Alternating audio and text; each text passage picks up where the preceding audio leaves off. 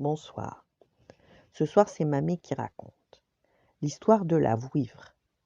Il y a bien longtemps, à la source des rivières, comme dans toutes les rivières du monde, il y avait une vouivre.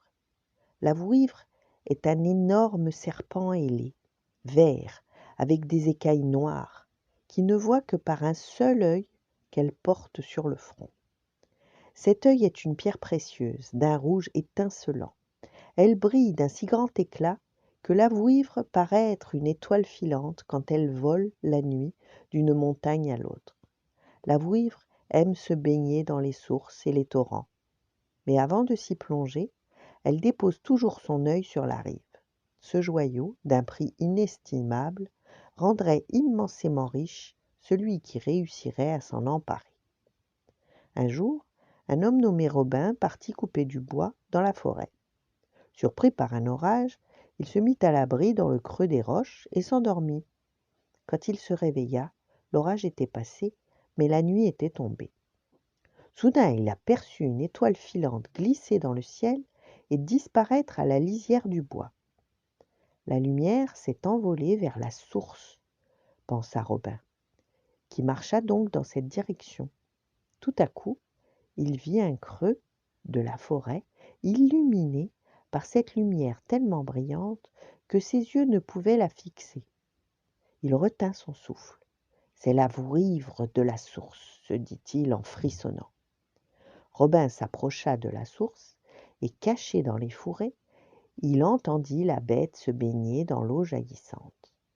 Sur la rive brillait d'un vif éclat le précieux joyau. Avançant son visage à travers les feuilles, Robin aperçut soudain la vouivre. Avec son long cou de serpent et ses ailes déployées, elle se laissait porter par le courant. Alors Robin n'eut plus qu'une idée en tête, s'emparer de la pierre étincelante. Il prit une grande cuve à lessive et la hérissa de clous. Plantés de l'intérieur, les clous ressortaient comme des pics au dehors.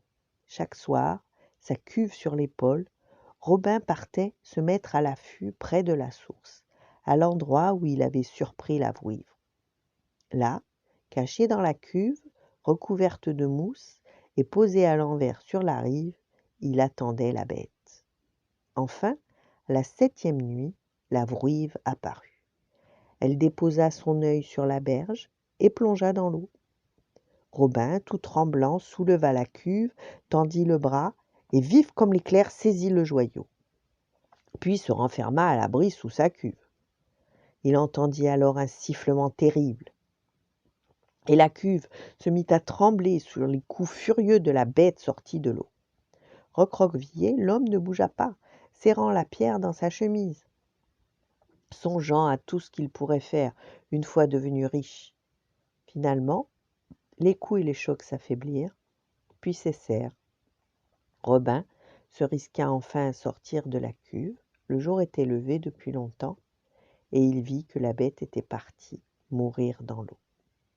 Robin enveloppa soigneusement le trésor dans sa mousse, et la mousse dans une écorce repliée, puis il partit à la ville, et vendit le précieux joyau à un marchand qui le lui paya en un tas de pièces d'or.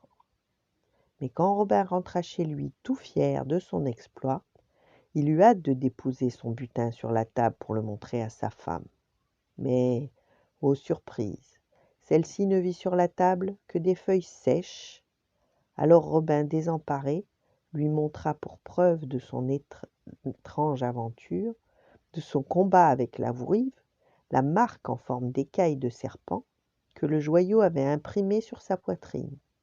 Puis il partit se coucher. Ses cheveux blanchirent en un clin d'œil, et il mourut de désespoir en peu de temps. La vouivre de la source s'était vengée. Voilà, bonne nuit, faites de beaux rêves, et à demain.